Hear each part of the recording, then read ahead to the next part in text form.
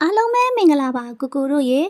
ကျမရေးပဟုတုတများကိုတင်ဆက်ပေးနေတဲ့စုမြတ်တို့ကျမရေး channel ကနေပြီးပြန်လဲကြိုဆိုလိုက်ပါတယ်ရှင်ဒီနေ့မှာတော့ကျမရေးအသိမြင်တိုးပွားစေဖို့အတွက်စုမြတ်တင်ဆက်ပေးမှာကတော့ကိုကိုတို့ရဲ့ညီလေးဖြစ်တဲ့မိုးချောင်းကြီးရဲ့ထိတ်ကကားနေတယ်ဆိုတဲ့လူတွေအတွက်ပါအဲ့ဒီထိတ်ပိုင်းကားနေတဲ့မိုးပွင့်ကြီးနဲ့ကျမရေးလေ့ကျင့်ခန်းကိုအတူဆင်နွှဲရရင်စုမြတ်တို့မိန်းကလေးအနေနဲ့ဘယ်လိုမျိုးထူခဲ့တဲ့အရာသာခံစားရနိုင်လဲဆိုတာကျမရဲ့အမြင်အရတင်ဆက်ပေးသွားမှာဖြစ်လို့စုမြတ်ရဲ့အတန်လေးကိုနားထောင်ပြီးအဆုံးထိလိုက်ပါစီမျောခံစားနားဆင်ပေးကြပါအောင်လားရှင်ကိုကိုတို့ရေတမကျိတ်ကျမရဲ့လေ့ကျင့်ခန်းလုံနည်းတွေအများကြီးရှိသလိုကိုကိုတို့ရဲ့ညီလေးဖြစ်တဲ့မိုးချောင်းကြီးတွေကလည်းပုံစံမျိုးစုံရှိကြတာကိုကိုကိုတို့သိကြမှာပါနော်ဒီနေ့မှာတော့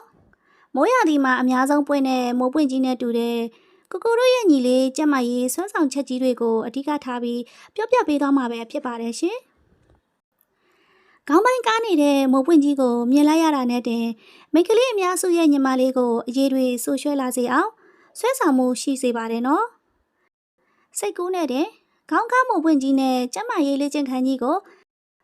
မယိုးမရွနဲ့ရိုးတိုးရွတာနဲ့စုမြတ်တို့မိန်းကလေးတွေနေရထိုင်ရခဲ့အောင်ခံစားမှုကိုပေးစွမ်းနိုင်ပါတယ်ရှင်။အစပြိုးလေးကျင်ခန်းတွေ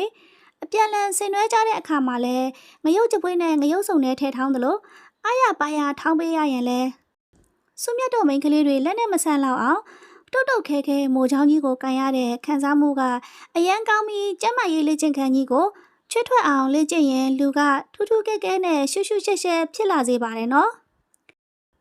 အဲ့ဒီလိုကြီးပွေကြီးကိုထောင်းပေးရင်းနဲ့ပဲကျမတို့မိန်းကလေးကလည်းလေ့ကျင့်ခန်းကြီးရဲ့ပန်းတိုင်ကိုအတူတူလှမ်းဖို့အသက်အနေထားဖြစ်နေပြီပေါ့ရှင်ကိုကိုတို့အနေနဲ့တကယ်လေ့ကျင့်ခန်းကြီးကိုစတင်တော့မယ်ဆိုရင်ခေါင်းကားမုံပွင့်ကြီးနဲ့ဖုတ်ကြီးထဲကိုနီးလဲမျိုးစုံနဲ့အားရပါရကျမရေးလေ့ကျင့်ခန်းကြီးကိုဆင်နွှဲပေးရင်အဝင်တစ်ခါအထွက်တစ်ခါခလုတ်တိုက်ဆွဲချိတ်သွားတဲ့မိုးချောင်းရဲ့ကားနေတဲ့ခေါင်းပိုင်းကြီးကစုမြတ်တို့မိန်းကလေးတွေကိုတကြိတ်ကြိတ်နဲ့အရန်ကိုခန်းစားချက်ကောင်းစေပါတယ်နော်ကျမရေးလေးကျင့်ခန်းဆင်နွှဲပြီးသွားချိန်လေကိုကိုတို့ရဲ့ခေါင်းကားမိုးပွင့်ကြီးကိုမျက်လုံးထဲကမထွက်နိုင်ပဲကျမရေးလေးကျင့်ခန်းကြီးကိုပြန်မြင်အောင်ရင်ညတိုင်းမိုးပွင့်ကြီးကိုစိတ်ကူးပြီးညီမလေးကိုမွေနောက်နေမိမှာအမှန်ပါပဲရှင်